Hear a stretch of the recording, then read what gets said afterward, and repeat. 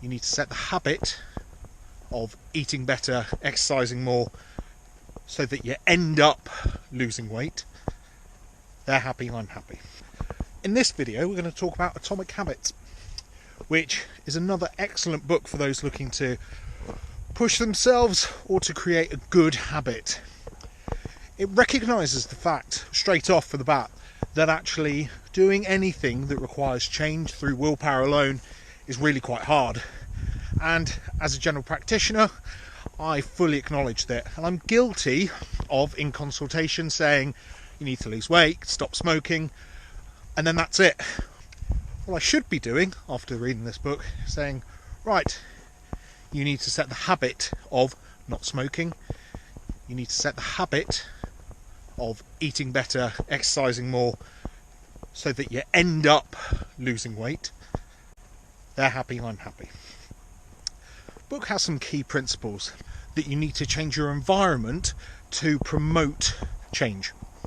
When you enact change, all he asks for is a 1% increase in whatever you're trying to do, or 1% improvement over the week.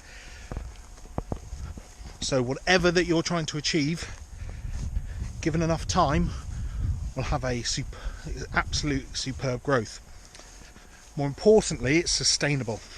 Uses 4 areas, which I'll talk you through briefly, whenever trying to set a good habit and recognising bad habits. And these are cue, craving, response, reward. So cue is making it obvious. So for me, I wanted to start to cycle to work, or cycle at least part of the way, because I'd got my clothes laid out, because I told my wife that I was cycling in that day. Any negative thoughts that came in will soon be gone. Now, yearning to do something is it's a tricky thing to do. And this one out of all 4 took a bit of time. Soon realised about a week or 2 in to cycling in that I was a lot different mentally when I'd cycled, whether that be in work in the morning and likewise on the way home. I realised that the adrenaline surge that I got from cycling was enough just to make me that bit better person, a better colleague at work, and a better husband and father at home. And every so often I wouldn't cycle in, and I would notice that I was getting more wound up when at work. I'd check my rings on my watch and I'd be like, I've not done much today. I was just infuriated. Response: make it easy.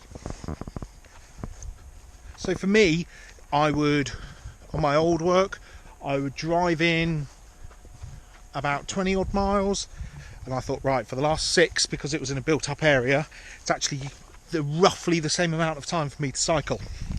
The issue was getting my bike.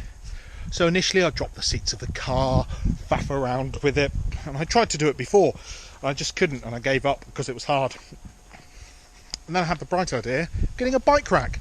Stupid, very cheap solution, and actually made the whole purpose of transporting my bike a lot easier.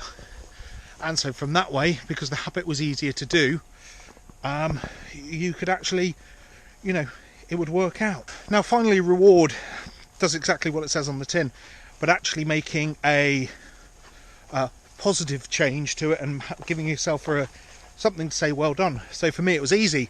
I'd buy new stuff for cycling, new jacket, new cycling shorts, maybe some better lights. And actually, as with anything, you buy more and more kit, and you feel better for it. You're like, oh yeah, look the part, feel the part.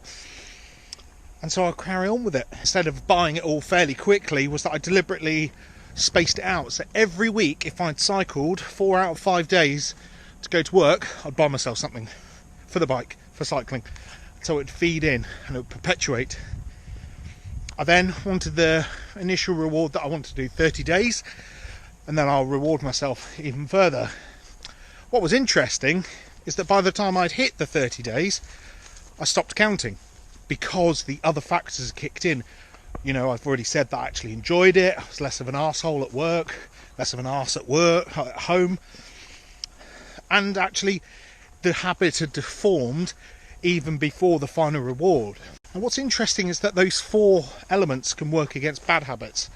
So let's say my Achilles heel is cake at a coffee shop.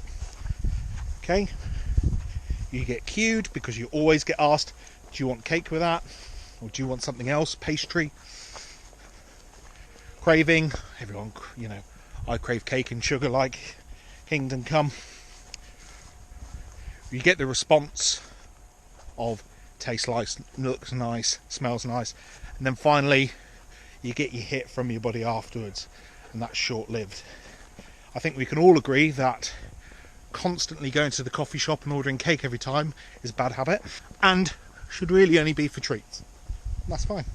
So it's making those bad habits harder to achieve, okay? You know, do I go to Goodwill, or, you know, if I go through willpower alone, that I'm going to fail. So that's one option. Or the other trick that I've been doing is that I changed my coffee order. It's going to sound ridiculous. So I normally always go for a cappuccino, and almost that same neuron that's wired will go cappuccino and chocolate cake. Whereas now I'll go, right, I'll have a white coffee please. Not much of a big change in terms of order, but it's enough of a mental step to make me think, do I want that cake as well? Or, you know, do I just want the coffee out? And that way as well. Please have a look down below, the Amazon links.